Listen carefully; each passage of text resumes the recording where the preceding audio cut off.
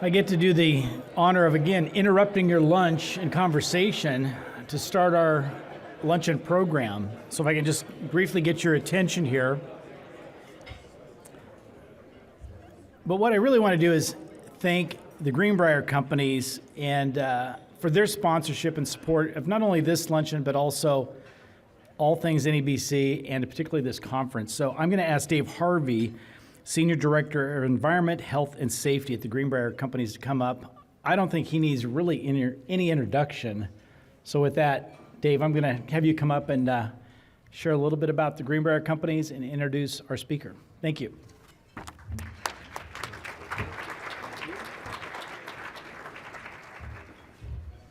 I would say I see a lot of people I recognize, but when you're up here and the lights are in your eyes, it's like, yeah, I don't see anybody I recognize, not because I don't know you, but just because you can't really see the people that are out there, except maybe the people in this. Yeah, hello. You were on a panel this morning, and you did a great job. The water quality, or functional equipment, sorry. But it was a great one. And I'm just going to make one plug really for business in the environment. We've been supporting this for a long time.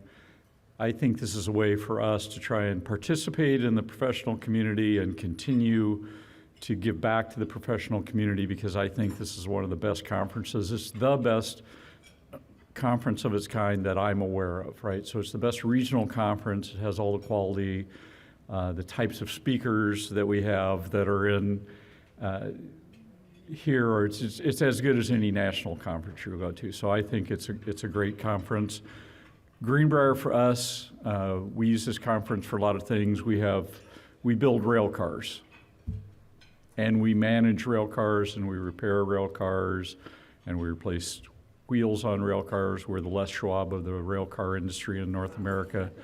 So we do a lot of different things, and as part of that, we have environmental impacts. We have to worry about employee safety, all these different things, and it's a great opportunity to come here and participate and learn from other people. But now, for the real reason I'm up here, I'm actually very much looking forward to this talk. We're going to hear from Robert Healy. He's a senior program manager from the Port of Tacoma. Over 25 years of experience. I think really the reason I'm introducing him is we have a common background in having worked with CH2M Hill at one time. So he oversees the Port of Tacoma's environmental remediation program. He's looking at taking care of brownfields projects. He participates in strategic planning, risk management, and environmental due diligence. A lot of things the port does is they own or manage properties, right? So that's a big part of what the port does. He holds a Master of Science in Geology from Oregon State, go Beavers, and a bachelor's degree in geology and economics from the University of Washington. He's also a licensed hydrogeologist and registered professional geologist in Washington and Oregon. And we're going to hear today about the Maritime Center, which to me is one of those projects where if you're in this industry, it's a career project. It's something that you'll look back at the end of your career and think, oh, wow, that was a great project. And so that's what we're going to hear about today. So it'll be great.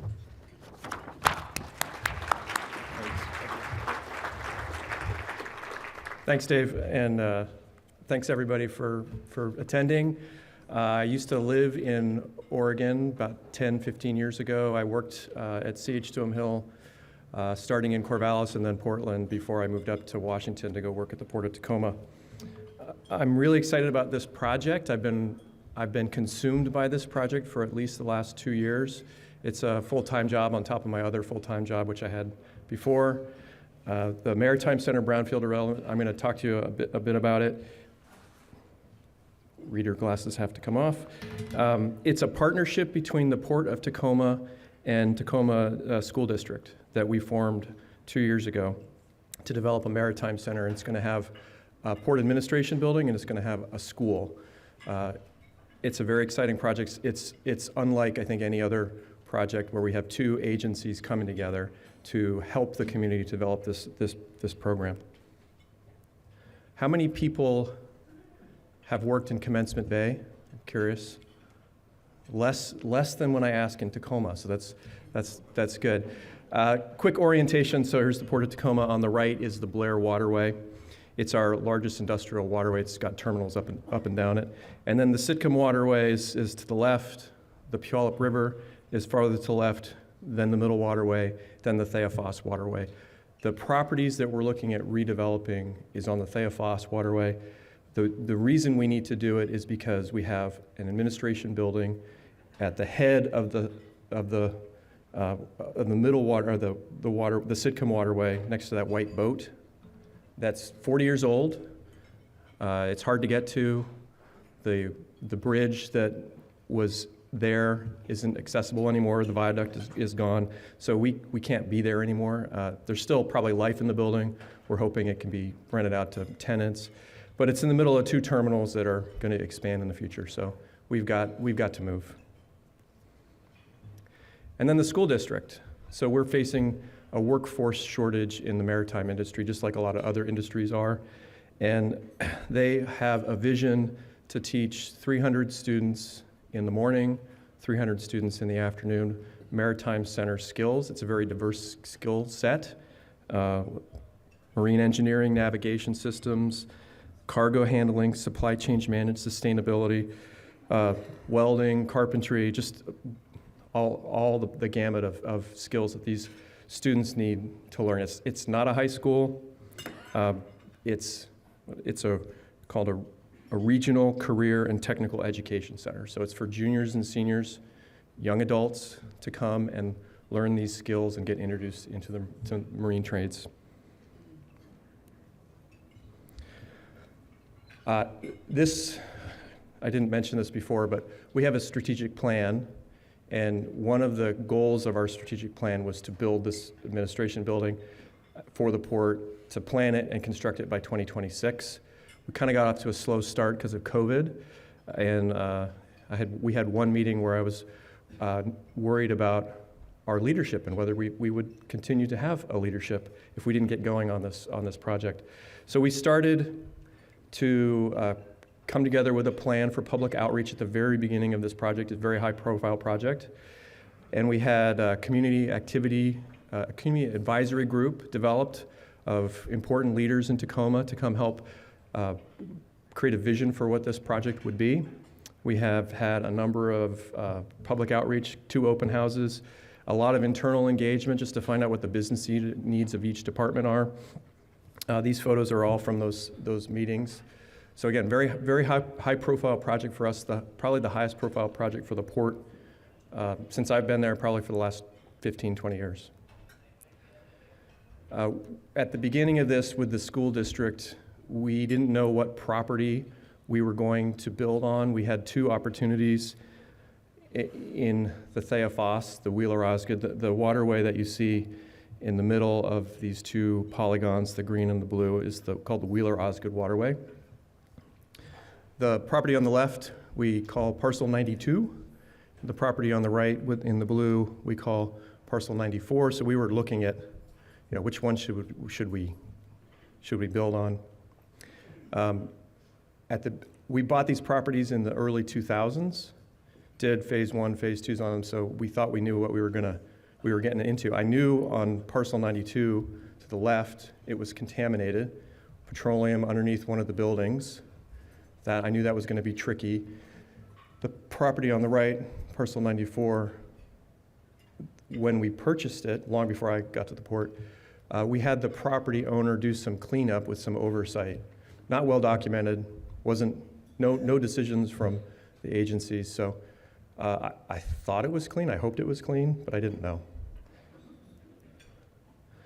So of course, once you get into the details, you start finding out the challenges. And we have run into a number of challenges on this project. The highest one is the schedule. So the school has to open by September 9th, 2026. There's a bond that's paying for this. If we don't open, financing comes in question. Project delivery method, the Tacoma School District does progressive design build. We've never done that before, so that's been very interesting, and we've learned a lot. Cultural resources, of course, the Puyallup Tribe of Indians. Reservation is in the Tacoma Tide Flats. So we, on all of our projects, including this one, we're always working with the Puyallup Tribe for cultural resources. Cleanup, knew that was going to be an issue. That's why I was managing the project. Permitting, sustainability, on and on and on. I'm only going to go into details on 3 of the challenges, though, because we don't have enough time to talk about it. So, you know, you do your paper studies before you do anything. We started talking to the Puyallup Tribe well before this was a project. So I think 2021 was when we had our first conversations with them about, you know, what this project might be. We found out at that time at staff-to-staff level that this was probably the most culturally sensitive area in the Tacoma Tide Flats for them. There was a village nearby. The color, the yellow, is an island that's called the Boot. It was named that in the 1877s because it looks like a boot. And then the study area that I showed you on the last slide is in red. And then, of course, you can see what the waterways look like today, so you can get a reference for that. But we started talking to the tribe early and realized it was going to be challenging, and we kept talking and kept talking and kept talking. We looked at other issues, so zoning's an issue. There's industrial zoning, there's shoreline zoning.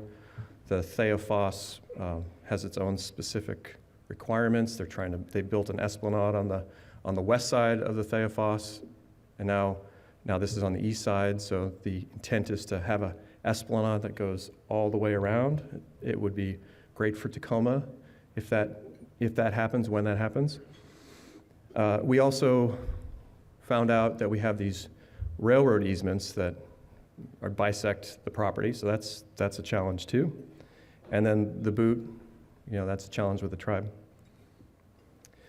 There's a lot of history on this property. It was probably one of the first industrialized lands in Tacoma, which makes it one of the first industrialized lands in the Northwest. Wheeler Osgood Door and Sash Company occupied this in the 1900s. The waterway was named after them. This used to be the Puyallup River, where it entered into the city, into Commencement Bay. The level of industrialization increased into the 50s, and then into the 70s. It was a wood products area. Different companies worked there. Lots of opportunity for contamination, which we have found. 1970s, it started to wind down like a lot of industries did in the United States, and we purchased the property in the 2000s.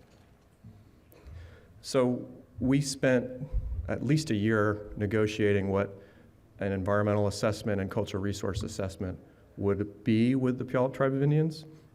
And we also were working with ecology under an integrated planning grant. So that was a delicate dance, and it really didn't, the logjam didn't clear until the Tacoma School District got involved, and that created more of a political impetus to move forward. So we decided we were going to do the work in phases.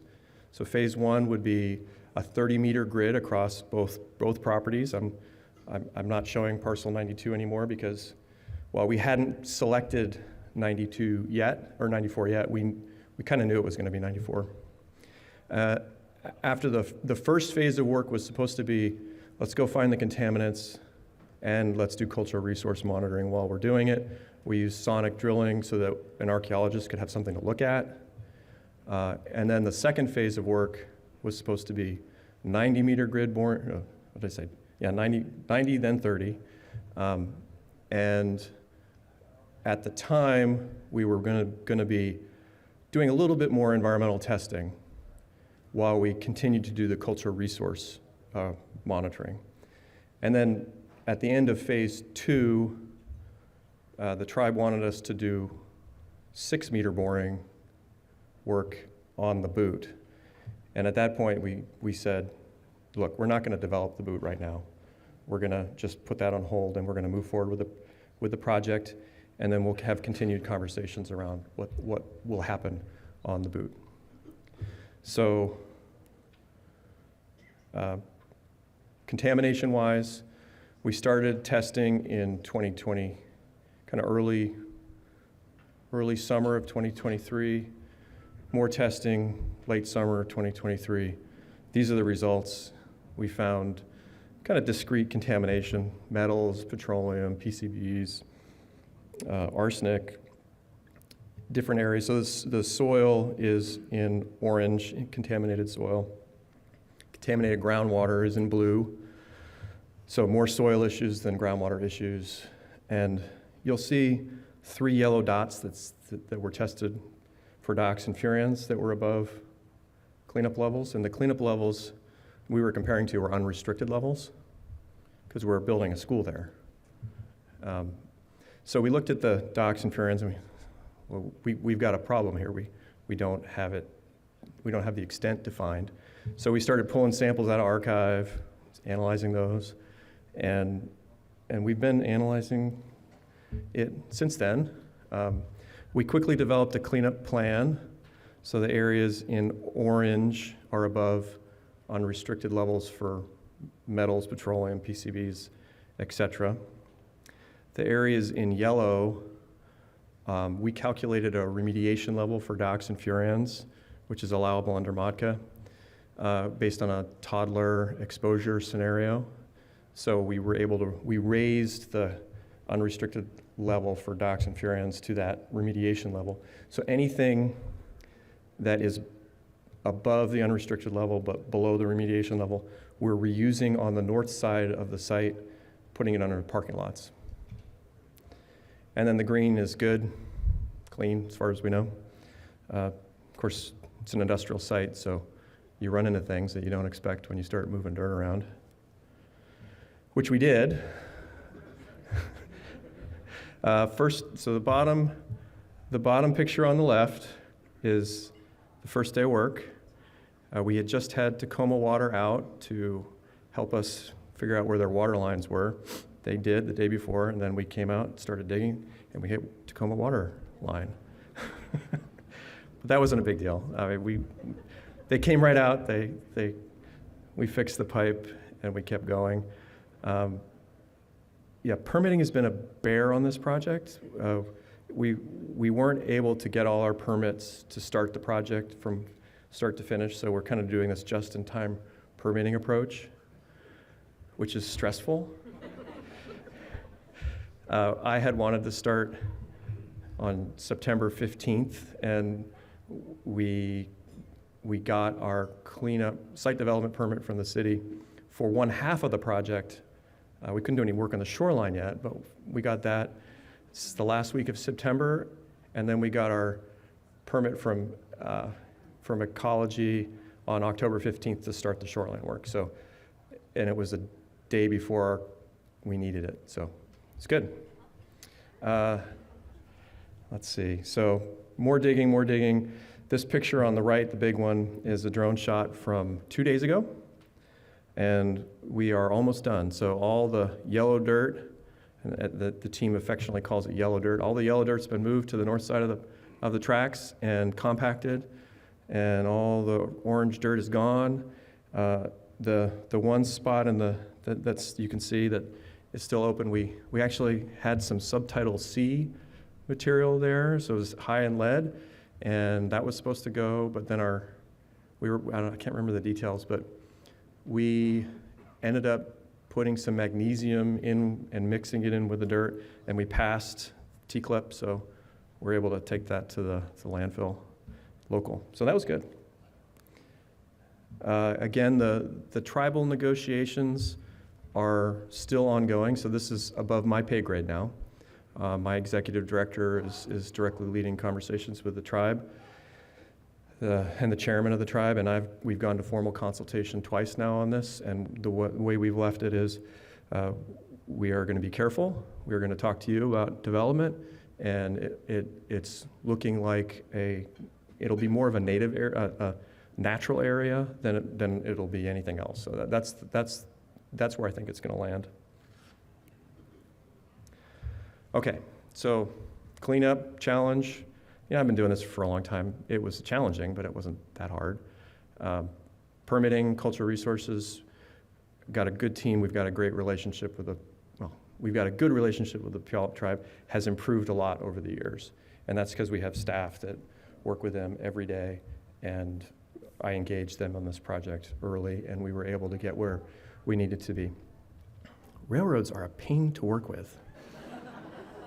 Anybody here with a railroad? I probably shouldn't have said that.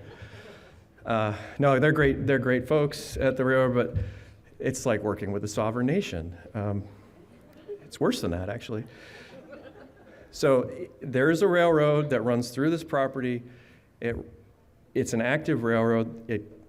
They ship oil cars. So there's a business at the tip of the Theophos Peninsula that does renewable diesel. And so their business is picking up. So that's great, but not for us. So we started meeting with them late 2023, and it didn't go well. They didn't even think we owned the property. We were headed towards the ditch when we hired this company called Columbia Strategy Group. I'm giving them a plug right now. They're great. If you ever have a railroad issue with the BNSF, go hire them for something, because they're all ex-BNSF executives. It's quite a business to be in. So they retired, and then they do consulting to go talk to the people that they hired. And yeah, we went down to Texas, flew into Fort Worth, me and the port team and our whole consulting team and Columbia Strategy Group, wined and dined the BNSF executives. And then we spent all day telling them about how great our project was. And at the end of the day, they told us, well, if you do some cost-benefit analysis, well, maybe we can do this. So we did that. We looked at an overpass. We looked at an underpass. None of those really work out. So tentatively, we have their agreement. So we got a temporary crossing agreement for the cleanup, which is why I went that day, because we needed it. We went in July, and we were starting in September. So we got that, yay. But we still need a permanent crossing. We still don't have that, but we've submitted our 60% design on the new rail. We've agreed we're going to move the rail a little bit, 40 feet up, so that they can keep using it while we're building it. We're going to do the all the under work, and then they're going to come in and put the rail and everything, the subgrade, everything they need. We need this agreement by April, and we're on track to get it, but we'll see. I think we'll get it. Keep my fingers crossed.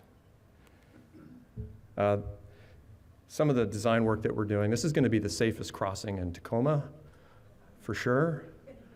But, it's high school kids, so it makes sense. I've talked about the challenges. Now I'm going to talk about the project, which is really cool. So this is the layout. So you can still see the railroad in bisecting the middle. We decided because of zoning that and aesthetics, we wanted both buildings to be south of the tracks, and then on the north side it's going to be parking and a drop-off for the kids. On the shoreline right now, if you go there and you look at the shoreline, it's creosote bulkheads, vertical, falling apart, super ugly. We're going to peel back the whole shoreline, restore it. It's going to have a 10-to-1 slope. It's going to have fish mix, gravel. You're going to be able to walk down the slope to the water if you want to, which is great. There's going to be an esplanade along the shoreline. It's not going to connect to the esplanade yet, but in the future, other development opportunities, hopefully we'll do that. And then we were fortunate to win a couple of grants during design. One was a decarbonization grant, so $2.5 million decarbonization grant from the Department of Commerce. So that's going to allow us to put both photovoltaics on our building completely, and we actually have to build a solar awning over our fleet vehicle area to fill it. And it'll cover I think 60% of our energy use. We also are putting in 2 backup batteries, like container-sized backup batteries. So that'll be interesting. We've never done that before.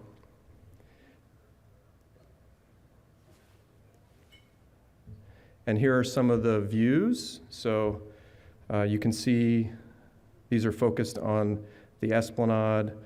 I think it's going to be a great addition to our community, and we're also doing silver certification or LEED certification for the port, and we were targeting silver as we went through design, and if all things go well during construction, we'll be gold certified, which is super exciting. Here's the first floor. There's going to be commission chambers for our commission meetings, and the ability to host outside groups, large groups, 100, 200 people. There's three stories, 2 stories that go across the whole footprint of the building, and then there's a 3rd story where the executives and VIPs are going to sit, and it's going to have a great view of downtown Tacoma. Not where I'm going to be sitting, but it'll be great to go up and hear them tell me what to do. Here's some internal views. The architecture firm that we're working with is TCF Architecture. They're a local Tacoma firm, and they've just been fabulous. And this is what it's going to look like from a boat in the water out in the Wheeler-Osgood waterway. The architect Randy talked about, when we first started the project, he talked about silhouettes, how you create these iconic silhouettes for these buildings. And you got the Tacoma Dome, you've got the car museum, you've got the Museum of Glass, and we're hoping that this is a new silhouette that Tacomans will really appreciate. We went to commission for authorization for the project, for the full project. The cleanup had already been authorized, but for the full project on the 19th of August, of November, so just a couple of weeks ago. It's a $150 million project, which is a lot more than we thought at the beginning.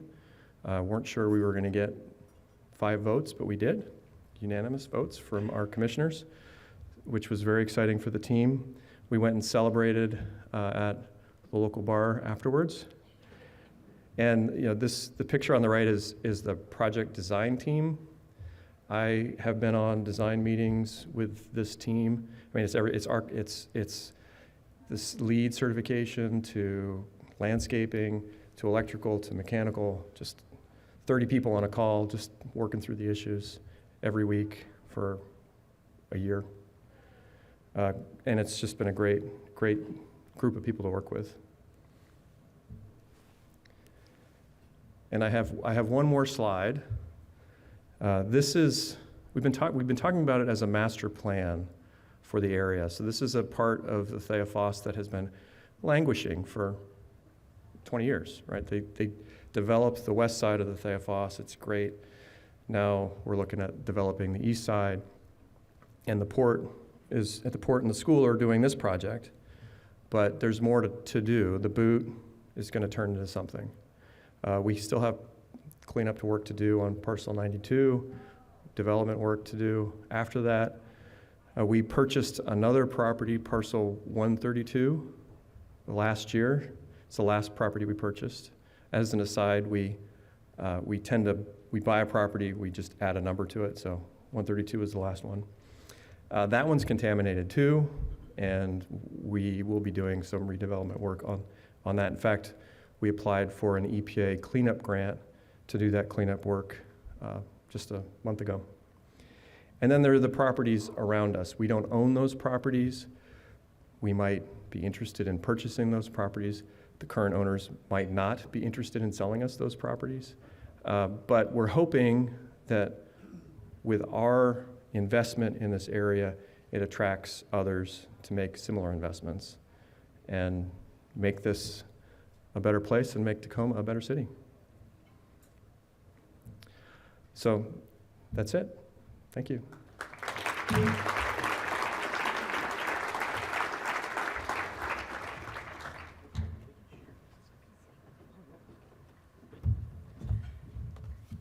Thank you, Rob. I know a lot of the final approvals were just happening in the last couple of weeks, so thank you for giving us some insights to this, and we'll be looking forward to seeing the progress, and perhaps we can have an NEBC meeting at the new facility when it's built. I like that.